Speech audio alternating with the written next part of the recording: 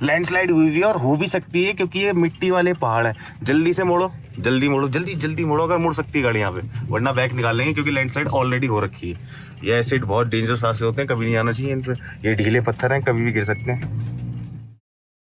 Petrol hectares तो मैंने बहुत चलाए हैं, लेकिन आज मैं लेके आ गया हूँ एमजी की हेक्टर डीजल। दिल्ली से मकलोडगंज का मेरा ये ट्रिप रहा है, जहाँ पे कि मैंने इसको दुर्गम रास्तों में भी चलाया है, पहाड़ियों पे भी चढ़ाया है, और अभी भी मैंने इसको एक पहाड़ पे चढ़ा रखा है जो कि काफ़ी ऊपर है। और ये जो कार है ना, ये स्मार्ट होने के बाद रिलायबल है, ज़्यादा माइलेज देती है। अब ये है इसकी की जो कि स्मार्ट की है, और यार ये अप्रॉक्सीमेटली सेंसर के साथ में चलती है। जैसे कि मतलब की तो बहुत सुंदर है इसकी, ये डीजल वाले वेरिएंट की क्रोम की है, बहुत स्लिम सी है, सोफिस्टिकेटेड की है। और की में जो फीचर हैं वो यही है, अनलॉक, लॉक और बूट ओपनर। बट मैं इस की को लेके इसके पास जाऊंगा ना अगर, तो ये कार अपने आप को खुद अनलॉक कर लेती है। ये देखो, अपने आप, कुछ नहीं करना। MG हेक्टर डीजल में सेफ्टी के लिए ना इन्होंने बीप साउंड दिए हैं। 80 पे एक बीप बज जाती है जो कि एक बारी बजेगी, लेकिन 100 पे जैसी क्रॉस करोगे वो बीप कंटिन्यूस आपको ये बोलेगी कि भाई तू रुक जा, थोड़ी स्पीड को स्लो कर ले, क्योंकि इसके अंदर 2 एयरबैग्स मिलते हैं जो कि ड्राइवर और पैसेंजर साइड है। अगर इसकी पावर की बात करूं तो 168 bhp का पावर प्रोड्यूस कर देता है ये जो टर्बो चार्ज इंजन है, 2 लीटर कॉन्फ़िगरेशन के साथ में आता है, इनलाइन 4, और 250 न्यूटन मीटर ऑफ टॉर्क ये जनरेट करके दे रहा है। यानी कि जब हम इसको स्लोप पे चढ़ रहे हैं, पहाड़ों से निकल रहे हैं, बेसिकली देखिए ये जो कार है ये है front wheel drive car, 4x4 नहीं है ये। तो इसमें क्या है कि ऐसी जो रोड मंचिंग होती है, जैसे कि मैं अभी इस रोड पे खड़ा हूँ और ये जो रोड मंचिंग हो गई, आप हाईवे जा रहे हैं और ऐसे वाले नज़ारे ले सकते हैं। अगर वहाँ से दिखाया जाए तो ये जो बैकड्रॉप है, यहाँ पे गाड़ी चढ़ सकती है, जा सकती है। हमने अभी इसको वो जो स्लोप देख रहे हो वहाँ पे भी चढ़ाया।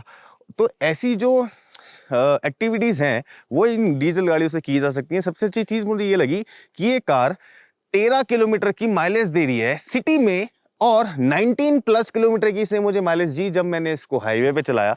तो ये जो एक्सपीरियंस था ये ऐसा था कि आपकी जो पॉकेट है उसमें ज़्यादा सुराख नहीं करेगा। सेफ्टी को ही ध्यान में रखते हुए इसके अंदर और भी फीचर हैं, जैसे कि BA, इसका मतलब होता है ब्रेक असिस्ट।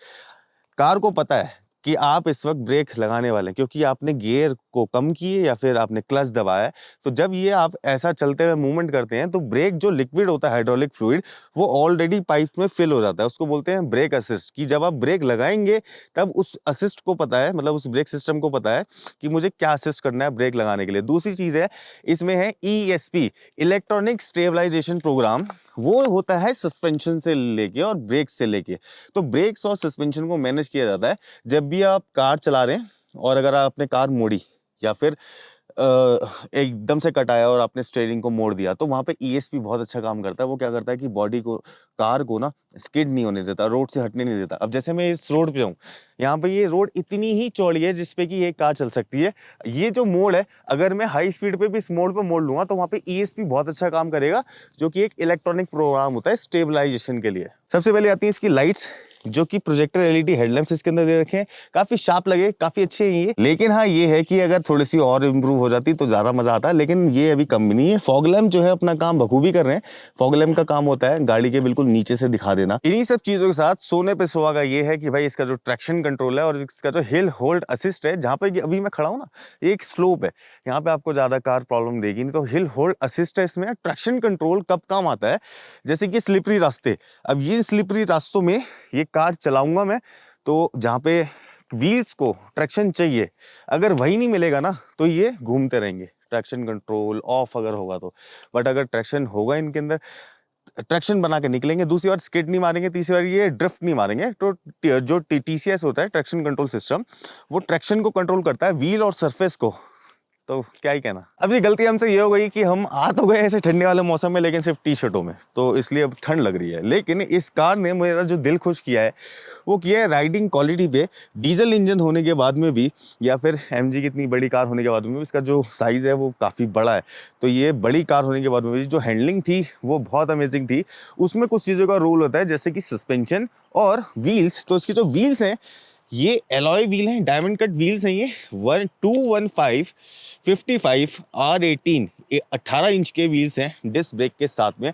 ब्रेक बाइट जो है अमेजिंग है, और जो इसकी सस्पेंशन है उसने तो दिल छू लिया। अगर रोड पे बड़ा गड्ढा भी है तो पता नहीं लगने दिया इसने। कोई घटघट नहीं, कोई खटखट नहीं, आराम से उसके ऊपर स्मूथली जाती है। उसी सेफ्टी में ऐड ऑन करने के लिए इसके अंदर एबीएस है। एबीएस होता है एंटी लॉक ब्रेकिंग सिस्टम। तो अगर कितनी आप स्पीड में है ना, अगर आपने ब्रेक पे पैर रखा तो व्हील्स एकदम से लॉक नहीं होंगे, या आराम आराम से ऐसे ऐसे करके लॉक होते हैं। तो जो सरफेस है यानी कि रोड, वो रोड ये छोड़ेंगे नहीं, व्हील्स हमेशा रोड पे ग्रिप बना के रखेंगे। दूसरी चीज है इसके अंदर ईबीडी, जो कि होता है इलेक्ट्रॉनिक ब्रेक फोर्स डिस्ट्रीब्यूशन। अगर ये गाड़ी ऐसी वाली टेरेन पे है तो ब्रेक चाहिए, अगर इन व्हील्स पे ज्यादा मैं ब्रेकिंग कर रहा हूं तो ये इलेक्ट्रॉनिकली ब्रेक फोर्स को डिस्ट्रीब्यूट करेगा अपने अकॉर्डिंग। एक छोटा सा कंप्यूटर सिस्टम होता है। उससे क्या होता है कि आपको जब आप ब्रेकिंग कर रहे हैं या फिर आप जब आप कॉर्नरिंग कर रहे हैं, उसमें बहुत हेल्प मिलती है अगर ये सिस्टम हमारे कार के अंदर हो तो। अब सबसे बड़ी बात करते हैं कि डीजल इंजन में आपको कैसा मिलता है अंदर का माहौल। तो ये है इसका डोर पैनल, और ये जो डोर पैनल है ये ब्यूटीफुली डिजाइंड है। पियानो ब्लैक कलर का इसमें यूज किया हुआ है। यहाँ पे जो कंट्रोल्स हैं उनमें सारा कंट्रास्ट है, क्रोम का यूज है, सिल्वर एक्सेंट का यूज है। सारी जो विंडोज हैं वो मतलब कि जो बटन्स हैं वो क्रिस्प एंड क्लियर दिख रहे हैं। लॉक अनलॉक मिल जाता है आपको, और जो ड्राइवर साइड विंडो है वो ऑटो है। डोर पैनल्स की खूबसूरती के बाद ना इसके अंदर म्यूजिक सिस्टम भी बहुत हाई फाई लगा हुआ है, जैसे कि इन्फिनिटी का म्यूजिक सिस्टम यूज किया हुआ है। और अगर से इस डोर में देख रहे हो तो आपको 3 ग्रिल्स दिखेंगी। एक ये वाली ग्रिल है, एक ये वाली ग्रिल है, और थर्ड है ये वाली ग्रिल। यहाँ पे एक्चुअल एक वूफर जैसा स्पीकर है जिसका साउंड बहुत अमेजिंग है। यहाँ पे लगा हुआ है ऑडियो, शार्प ऑडियो के लिए एक स्पीकर छोटा, और इधर है ट्विटर्स। इसके बाद ये अगर इस वाले पैनल को देखोगे तो यहाँ पे यार ये जो पियानो ब्लैक और सिल्वर कलर का कॉम्बिनेशन है ये बहुत बढ़िया लग रहा है। जो बटन्स है इस तरफ वो सबसे पहला मिलता है हमें डोर ओपनर। ये है आपके ब्राइटनेस कंट्रोल के लिए अंदर के इंफोटेनमेंट सिस्टम के, और ये एचयूडी के। ये है headlight leveller, right and left side view mirror को एडजस्ट कर सकते हो ये बटन दबा के, और इससे रिट्रैक्ट कर सकते हो, ऑफ कर सकते हो। चाबी रखने के लिए छोटी सी एक पॉकेट है, ये चाहो तो यहाँ पे भी अपनी की को स्टोर कर सकते हो। अब जब इस गाड़ी के मैं अंदर बैठा ना तो मुझे सबसे बढ़िया सी एक चीज लगी कि ये कार काफी रूमी है। मतलब इसके अंदर रूम स्पेस बहुत है और हर एक चीज को बहुत ही ब्यूटीफुली डिजाइन कर रखा है। अभी इग्निशन ऑफ है, लेकिन सबसे बढ़िया सी चीज क्या लगती है एक फैमिली कार में या फिर एक ऐसी कार में जिसके अंदर आप ट्रैवल करने जा सकते हैं, वो है इसका ये मून रूफ। ये जो पैनोरामिक सनरूफ है ये बहुत अमेजिंग है। इसकी वजह से हमारे इस ट्रिप में और ज्यादा जान आ गई है। अब इस की मुझे कोई जरूरत नहीं है, मैं इसको यहाँ पे रख देता हूँ। सबसे पहले करते हैं इसका इग्निशन ऑन। तो सबसे फर्स्ट बटन अगर मैं ऑन करता हूँ ना तो ये कुछ नहीं करेगा, कहेगा प्रेस करो ब्रेक को। ये स्मार्ट कार है, इसके अंदर ये बोलती भी है, ठीक है। बट इसको मैं एक बार दोबारा से प्रेस कर देता हूँ तो हमारा MID ऑन हो गया है इस तरफ, और यहाँ पे हमारी ऑन हो गई है इंफोटेनमेंट स्क्रीन। अभी इंफोटेनमेंट स्क्रीन पे आपको बस ऐसे करके ये कर लेना है। तो ये इतनी ज़्यादा स्मार्ट है और इसके अंदर इंटरनेट इनसाइड है कि यहाँ पे पता भी चलता है कि आप कहाँ पे हो। जैसे अर्थ है ये अर्थ में मैं कहीं भी इसको घुमा सकता हूँ। कितनी अमेजिंग सी चीज़ है ना ये। और दूसरी चीज़, मैं जहाँ पे इस वक्त हूँ अभी मैं इंडिया के जिस एरिया में हूँ वो देखो हम कहाँ पे बैठे हैं। हम लोग दिल्ली से चले थे और हम लोग कहाँ पे हैं, दिल्ली ये रहा, और हम इतनी ऊपर पहुँच गए हैं हिमाचल प्रदेश की तरफ। तो कितनी अमेजिंग चीज़ है कि आप जहाँ पे भी हो आपकी जो लोकेशन है वो इस कार को पता है कि आप इस वक्त कहाँ बैठे हो, कौन से जंगलों में। और इंटरनेट होने की वजह से और इसके अंदर एक हल्का सा GPS का जो सिस्टम है वो होने की वजह से ना इस कार में जान आ गई है। ऐसा अलाइव कार लगती है। देखो ये जो रोड है, हम जहाँ से आए हैं, जहाँ जौन से जंगल में बैठे हुए हैं, ये कार को ऑलरेडी सब कुछ पता है। अब बात आती है कि कैसा रहा मेरा ड्राइविंग एक्सपीरियंस। तो बैठने की जो सीटिंग पोजीशन है इसकी वो काफ़ी अच्छी है। यहाँ से मेरे को हुड भी दिखता है। हुड दिखने से एक फ़ायदा हो जाता है कि आपको एक कमांडिंग पोजीशन मिल जाती है। आप ऊपर बैठ के कार चलाते हैं और कार का जो जब हुड दिखता है तो हमें टर्न करने में कोई प्रॉब्लम भी नहीं होती। दूसरी एक चीज़, ये जो स्क्रीन है ये बहुत कमाल की स्क्रीन है। ये एक टाइप ऑफ iPad है। इतने सारे फीचर्स इसमें है। तो अगर मैं जैसे AC का ही फीचर ऑन करता हूँ, बट ये जो स्क्रीन है थोड़ा सा लैग करती है। अब ये जैसे मैं AC को मेरे को ऑफ करना है तो इसके अंदर AC के भी काफ़ी सारे फीचर हैं जो कि आप स्क्रीन के अंदर देख सकते हैं। और अपडेट आ जाएगी, कंपनी अगर AC में कुछ और फीचर देना चाहेगी तो वो भी दे सकती है। इस कार में 360 व्यू मिलता है, जैसे कि ये जो है ये 360 है। ये फ्रंट और रेयर का दिखाएगा। यहाँ पे ये 360 व्यू मिल रहा है। इसको मैं 3D के अंदर भी देख सकता हूँ।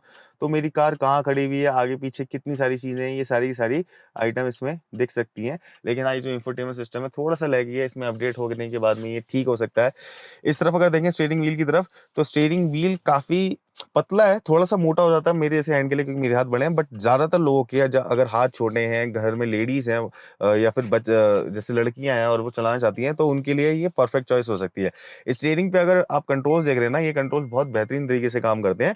मेरे को उसका क्रूज कंट्रोल बहुत पसंद आया। एक बार क्रूज पे लगाया 6 गियर पे और भूल जाओ, उस वक्त ये कार मुझे माइलेज जो दिखा रही थी, जैसे अभी अगर हम ये MID स्क्रीन देखें तो इसके अंदर ये टायर प्रेशर मॉनिटरिंग सिस्टम है। सबसे पहला मैं अब इसकी माइलेज पे चल रहा हूँ। ड्राइविंग टाइम अभी इसका सिर्फ इतना है और अभी हमारे पास जो रेंज है वो 507 की रेंज दिखा रहा है, 507 किलोमीटर की। पहाड़ों पे भी ये कार मुझे, जबकि हमने इसको अभी चढ़ाया है, नीचे उतारा है, खड़ी हुई कार स्टार्ट है, तब ये 9 किलोमीटर की माइलेज दिखा रही है। माइलेज के अंदर तो ये बादशाह है, सिटी के अंदर 13 किलोमीटर की माइलेज दे रही है और हाईवेज पे ये 19 किलोमीटर से प्लस, कभी कभार 20 की भी दे रही है माइलेज।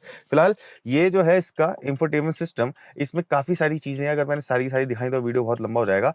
बट जो ड्राइविंग एक्सपीरियंस है अंदर बैठने के बाद, जो कि मुझे लगा कि हाँ गुड है इस कार का, वो यही है कि आपको रूमी सी फील मिलती है। मैनुअल ट्रांसमिशन के साथ में ये डीजल कार आती है और जो इसका ट्रांसमिशन है वो स्मूथ है। क्लच का ट्रैवल थोड़ा सा ज्यादा लगा मुझे। ये जो क्लच होता है एक्चुअली, इसका जो ट्रैवल है ये थोड़ा सा ज्यादा है, थोड़ा सा कम हो जाता तो बेटर हो जाता। ये एक पॉइंट है। वायरलेस चार्जर काफी अच्छे से काम कर रहा है, नो डाउट। जो गेयर हैं ये स्मूथली चलती हैं इसमें, देखो कोई खटखट खटखट नहीं है या फिर कोई बहुत ज्यादा टाइट नहीं है, इतना है ठीक है।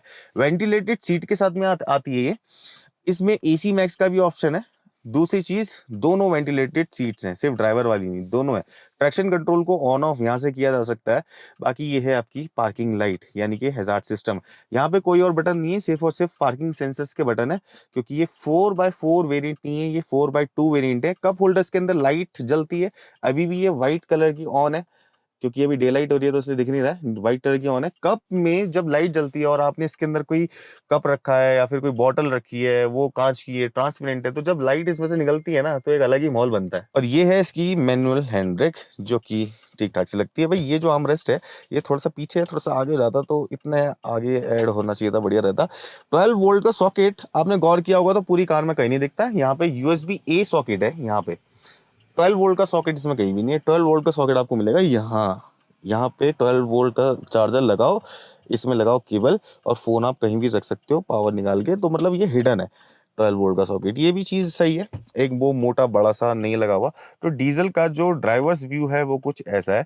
अभी ये कार अभी अभी ट्रिप में 639 किलोमीटर, 640 किलोमीटर मान लो, ये मैं चला चुका हूँ अभी अभी में। तो मेरे पास इसका काफी सारा एक्सपीरियंस है। अब जी यहाँ पे जो लाइट्स हैं इसकी, ये जो ऑटो लाइट्स दिख रही है ना, ये कमाल की लाइट्स हैं, मैं तो कह रहा हूँ बहुत ही बढ़िया चीज है। इसके अंदर एक और फीचर है, ये टर्न इंडिकेटर्स का। अभी देखो लेफ्ट वाला चल रहा है, मैंने टर्न इंडिकेटर ऑन नहीं किया हुआ, लेफ्ट वाले टर्न इंडिकेटर्स ऑन है, यहाँ पे भी दिख रहा है। मैं स्टीयरिंग राइट कट करूंगा ना तो ये अपने आप ऑफ हो जाएगा। ये चीज बढ़िया है। एक बार इसको स्टार्ट कर लेते हैं। कैबिन में इतना साउंड है। अब अगर मैं इसको राइट करता हूं तो ये देखो राइट वाला अपने आप ऑन हो गया। ये एक सेफ्टी फीचर है सिटी में, बट जैसे पहाड़ों पे इसका मतलब बदल जाता है। मैंने सेटिंग्स के अंदर ढूंढा कि ये फीचर मैं ऑफ कर सकूं, तो यहाँ पे अभी मुझे नहीं मिला है वो। बट सिटी के मामले में ये बहुत सेफेस्ट फीचर है, ये हर एक कार के अंदर आ जाना चाहिए। लेफ्ट किया स्टीयरिंग, लेफ्ट वाला टर्न इंडिकेटर ऑन। अब राइट किया स्टीयरिंग, राइट वाला टर्न इंडिकेटर ऑन, राइट वाले टर्न इंडिकेटर्स ऑन। ये चीज अमेजिंग है। कैबिन के अंदर इतना साउंड है, लेकिन जैसे ही आप ये जो विंडोज है इनको क्लोज करेंगे तो कैबिन के अंदर कोई साउंड नहीं है, वो साउंड सारा का सारा भारी दिखता है। बाकी ड्राइवर्स व्यू कुछ इस टाइप का दिखता है, जो कि काफी अमेजिंग सा लगता है। टैकी कार लगती है, इंटरनेट से लैस है। यहाँ पे जो वाइपर सिस्टम, ये जो है कंट्रोल, ये वाइपर के कंट्रोल है, ये रेयर रेयर वाइपर के कंट्रोल है। स्टार्ट स्टॉप बटन का जो डिजाइन है वो थोड़ा सा यूनिक कर दिया इन्होंने, गोल करने की बजाय ऐसा सा कर दिया स्क्वायर। तो जी ये जो MG की डीजल कार है ना, इसका इंजन भी तो देखना चाहिए हमें कि कैसा है। तो यहाँ पे ये इसका हो गया हुड, लेकिन इसके अंदर हाइड्रोलिक स्टार्ट नहीं मिलता, इसको हाथ से उठाना पड़ेगा और ऐसे करके लगाना पड़ेगा। बाकी इंजन हुड तो कोई ज़्यादातर खोलते नहीं है। तो कुछ इस टाइप का इसका टर्बो चार्ज डीजल इंजन देखने को मिलता है, जो कि पूरा पैक है। क्वालिटी कार में यही एक अच्छी चीज़ है कि इंजन की जो कंपोनेंट है वो ओपन नहीं होते हैं, वो क्लोज कर दिए जाते हैं। पैनल्स लगा के अगर इधर देखोगे तो सारी ये लिक्विड वगैरह है। इधर ये फ्यूज बॉक्स आपका आ गया, नीचे बैटरी के कनेक्शन आ गए, साइड में फ्यूज बॉक्स आ गया, यहाँ पे टर्बो की ब्रांड ब्रांडिंग दिख रही है कि भाई टर्बो चार्ज इंजन है। यहाँ पे आपका ऑयल गेज आ गया है, ये जो है आपकी ऑयल डिप स्टिक आ गई है। उस तरफ अगर देखोगे तो वो फ्लूइड आ गया है, अंदर एसी की लाइंस चल रही हैं। डीजल इंजन कुछ इस टाइप का लगता है इसका। और अगर इस खोले हुए डीजल इंजन को एक बारी मैं ना स्टार्ट करके दिखाता हूँ तो आपको पता चलेगा कि कितना साउंड ये ओपन हुड पे करता है, जबकि उसकी हमें ज़रूरत नहीं है, लेकिन फिर भी एक बारी अगर इसको साउंड सुने तो। Okay ready,